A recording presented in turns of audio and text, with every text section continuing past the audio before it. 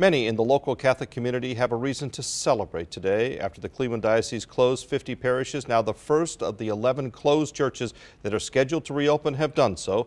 Fox 8's Annette Lawless is live in the newsroom with more on this emotional day that's at least 2 years in the making. Annette.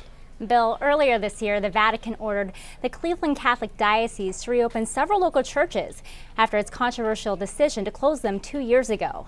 Today, many parishioners I spoke to say their prayers have been answered, and now they're anxious for what's next.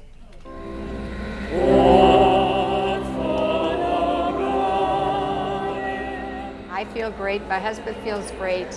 We're really happy to be back here. It's a reopening and a rebirth. Well, it's very sentimental because as a young person, I was in this church for all the different big occasions and dedications and confirmations. After being closed for 2 years, more than 1,000 people fill St. Casimir's as it opens its doors once again. I couldn't wait to come here today to see how many people were going to show up. The parish was one of 50 closed by Cleveland Catholic Diocese Bishop Richard Lennon between 2009 and 2010. Some parishes appealed that decision, and in March, the Vatican ruled in their favor. 11 churches are now reopening.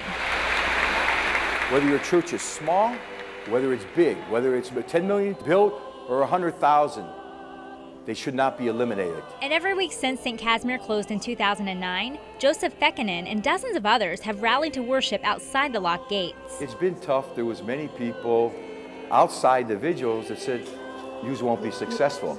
More than 2 years later, he said those prayers were answered.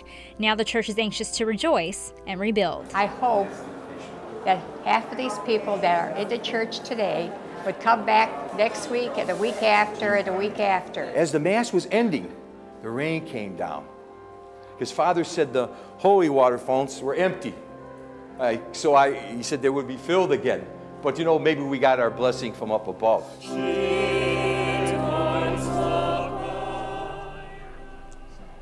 Again, St. Casimir is the first parish in Cleveland to reopen its doors after being closed 2 years ago. And Bill, the diocese plans to reopen the remaining churches in the next 2 weeks. Cause for celebration across the diocese. Okay, thanks, Annette.